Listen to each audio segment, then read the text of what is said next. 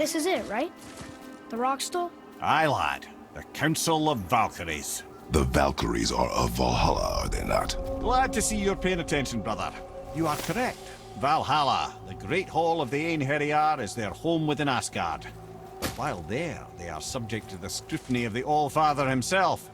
And relations between the Valkyries and Odin were tense during my tenure as his advisor. Why?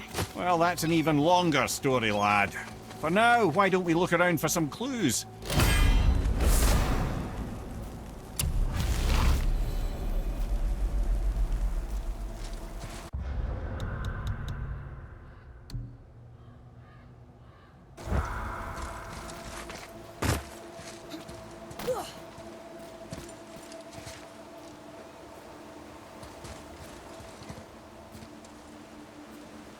Try placing one of the Valkyrie helms on a throne.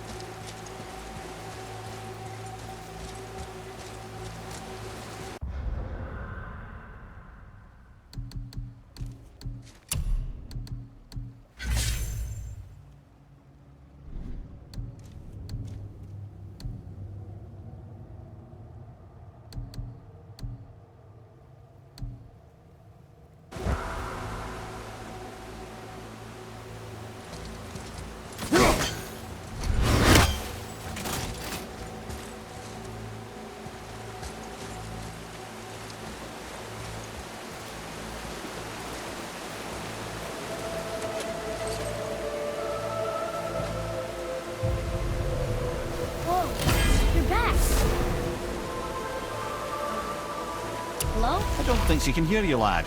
The helms must only retain but a small portion of their owner. I'd wager the rest is in transit to Valhalla to try and fix the mess left by their absence. Lemire, who is she? Gunnar, Mistress of War. After any conflict, big or small, she would be first on the scene, sussing out the worthy spirits for a free trip to Valhalla. A gruesome task, but she took great pride in it. Any conflict. Impossible. It's true. She had help from her sisters, of course, but Gunnar was always first to arrive. Her judgment of the fallen was unparalleled, and an invaluable resource to Odin. She was one of his favourites.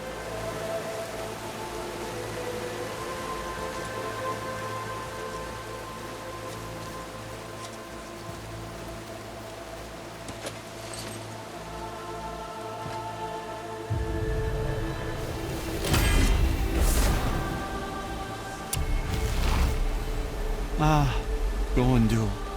Beautiful Gondul. And? Huh? That's it? Beautiful Gondul? No story or anything? Oh, sorry, lad. The sight of Gondul always took my breath away.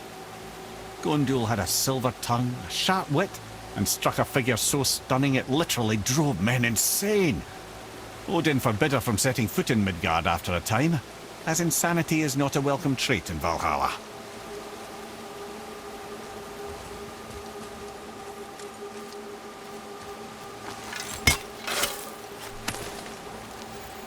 Well, that solves that joke, huh?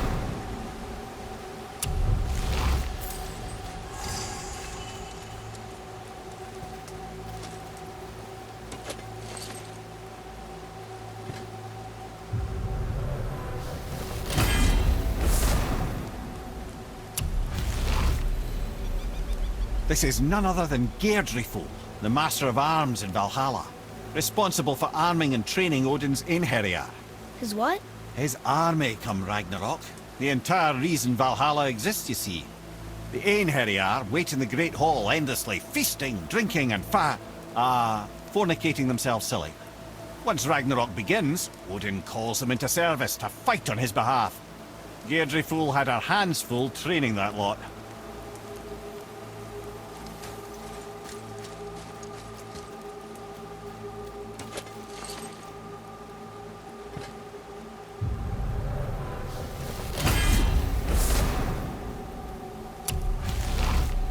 This, my friends, is Kara.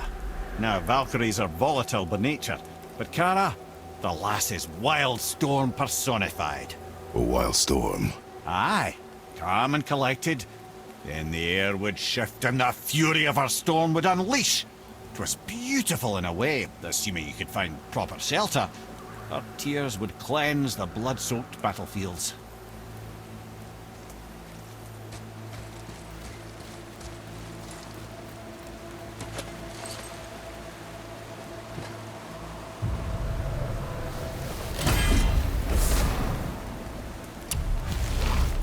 This is Rota, a chooser of the slain.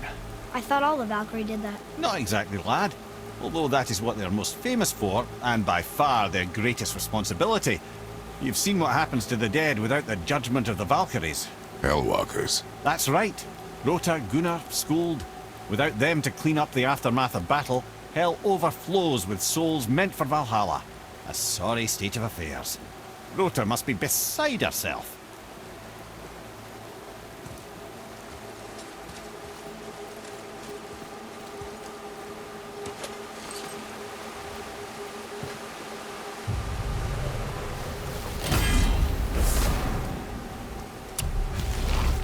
Ah, here we have Air, the healer. A Valkyrie healer? Strange. Air was strange, as a matter of fact. Very quiet, very calm. Where her sisters were violent rapids, Air was a gentle stream. She healed the wounds of both mortals and gods, and even a certain all-knowing sage who once drank too much and fell off a mountain. Not my proudest moment.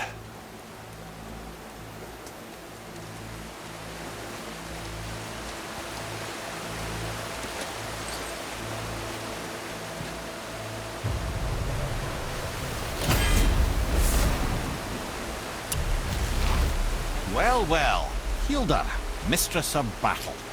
She and Odin got on quite well, actually. Her and the other Valkyries, not so much. She would spend most of her time here in Midgard observing discord between the living, and sewing some up herself from time to time. She lived for conflict. Some say she was conflict personified. I wonder what will become of her now that she's free.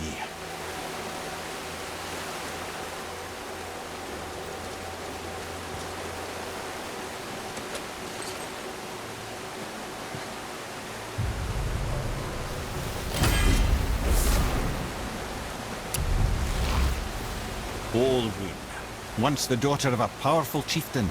She fell defending him during a Reaver attack. Olrun was escorted to Valhalla, where she chose to devote her afterlife to the pursuit of knowledge above all else. Quite unusual behaviour amongst the constant drinking and feasting of her fellow Valhallian denizens. How'd she end up a Valkyrie? Odin. He saw a kindred spirit in Olrun's single-minded pursuit of knowledge. He appointed her as the Valkyries' resident historian.